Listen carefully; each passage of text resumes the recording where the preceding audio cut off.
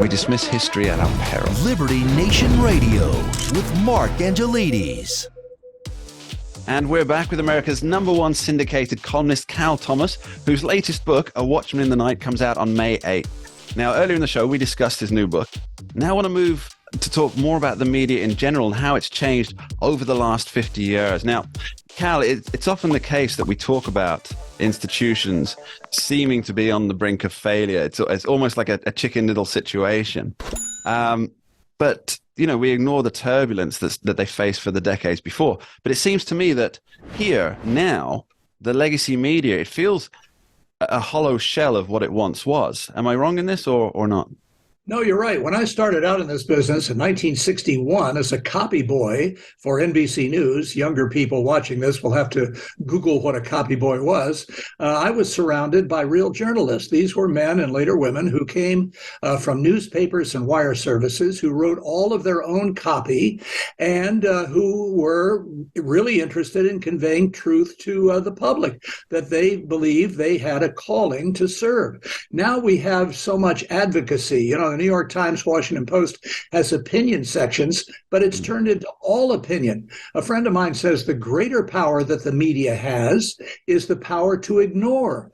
Not only do they slant stories toward the secular progressive worldview, they ignore other stories, especially those that have a conservative or religious or moral perspective. Or if they even pay attention to them, they stereotype them. You know, right-wing MAGA Republicans, flyover territory, you didn't go to the right universities, you don't read the right newspapers or whatever. The public gets this. I mean, we're a nation of over 300 million people in America, and very, very few people now are reading their newspapers anymore, and that's one of the reasons that the newspaper industry is in such decline. At the height of my column, I was in 500 newspapers. Now it's about half of that because people have given up.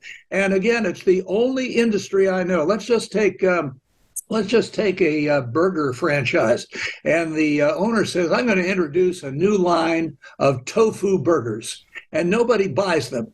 And he says, well, I don't care if they're not selling. I'm going to continue to push them. He'd be a fool to do that.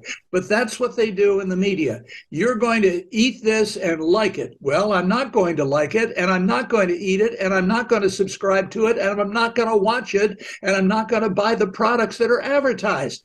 Now, any smart person would say, in any other business, I better reverse my position or I'm going to go out of business. If you look in newspapers today, the empty desks, row after row after row. A couple of years ago, I went into USA Today in suburban Washington. There must have been 40 empty desks where there used to be telephones, computer terminals, and everything else. Nobody's there anymore. Nobody's reading. You can see the weather page in USA Today from the front page. That's how thin it is. You know, you talk about the burger analogy there. And, you know, I think the answer to that might be that, well, they're not trying to purvey the news anymore. So they're not trying to sell the regular beef burgers anymore. They're not trying to purvey the news. They're working as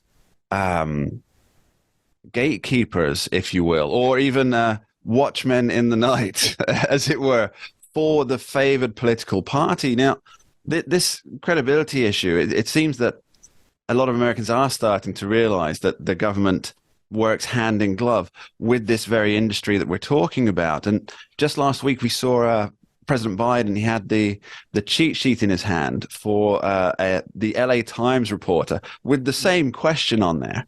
And this is the opposite of the press holding power to account, isn't it?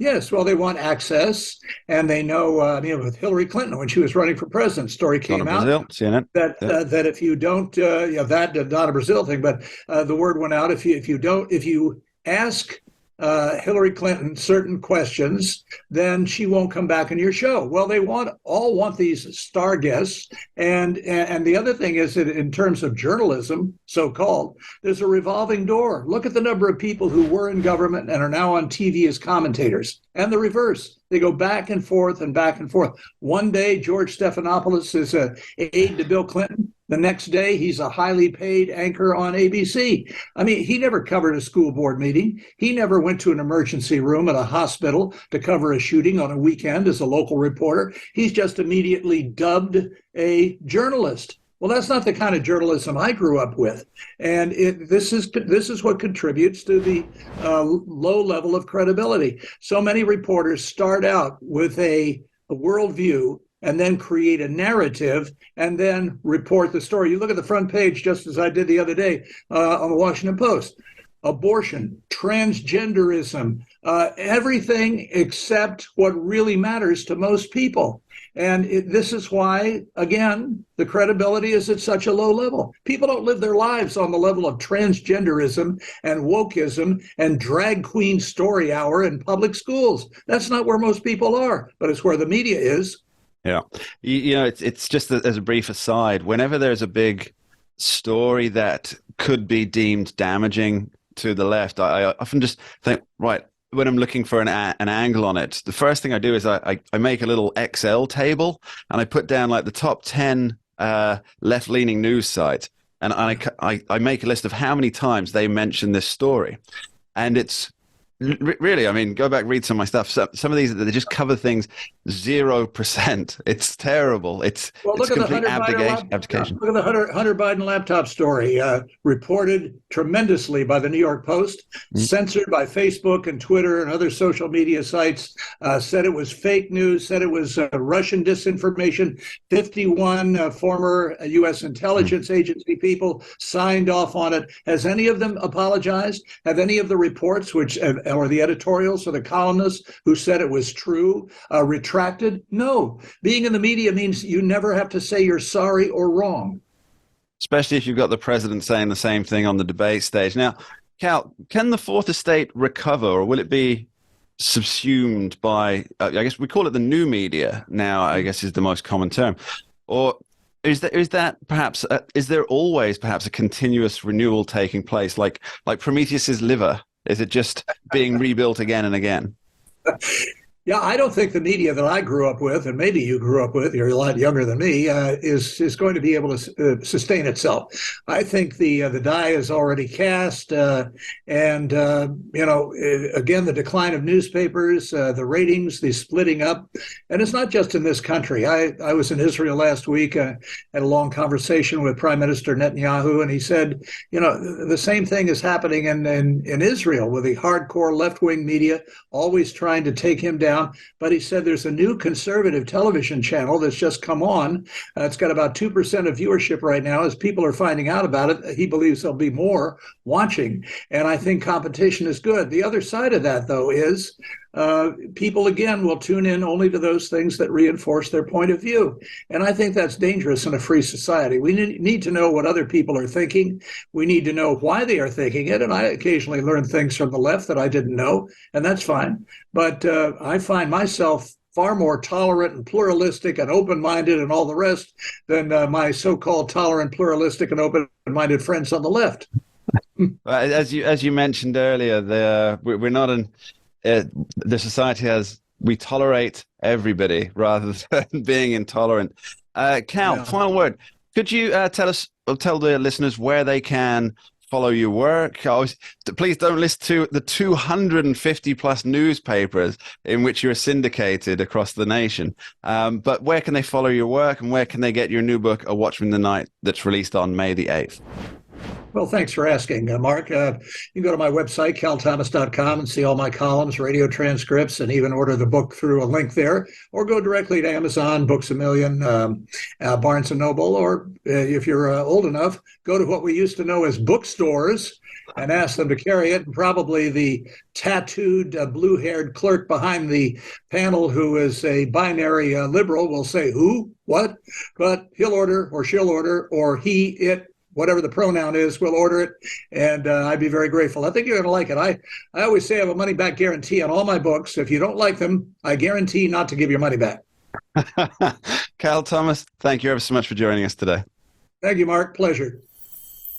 And that's about all we have time for on this week's edition of Liberty Nation Radio here on the Radio America Network. I'd like to thank our guests, Andrew Moran, Scott DeCosenza, and America's #1 syndicated columnist, Mr. Cal Thomas. for taking the time to join us. And of course, extend my appreciation to you, the listeners, for joining us for the ride. Now, my parting shot for this week. As a society, we have a standard expectation that politicians will politic and that the media will inform us of, firstly, what they did, secondly, ask the questions that we want answered, and ultimately call BS when needed. But I suspect that this fairly simple equation lost its way a long time ago. The media rarely tells us precisely what was said without spin. It never asks the blindingly obvious questions that you and I know without doubt would either cut to the heart of the matter or expose the inherent lie. And they never call foul on a candidate or politician that is part of the favored party. The Fourth Estate has abdicated this responsibility. The throne is empty. Who'll step up to take the crown, I wonder? We dismiss history at our peril. Liberty Nation Radio with Mark Angelides. Entertaining, informative, and just plain fun. Watch Liberty Nation's The Conservative 5. Produced by conservatives for conservatives. C5's The Left Free Zone. Hosted by Liberty Nation's Lisa K. Donner. Joined by a raucous, irreverent panel of authors. Deconstructing leftist narratives. Debating the hot topics. And remembering to laugh. Join the official conservative safe space. You only did that to piss Jeff off. Liberty Nation's The Conservative 5.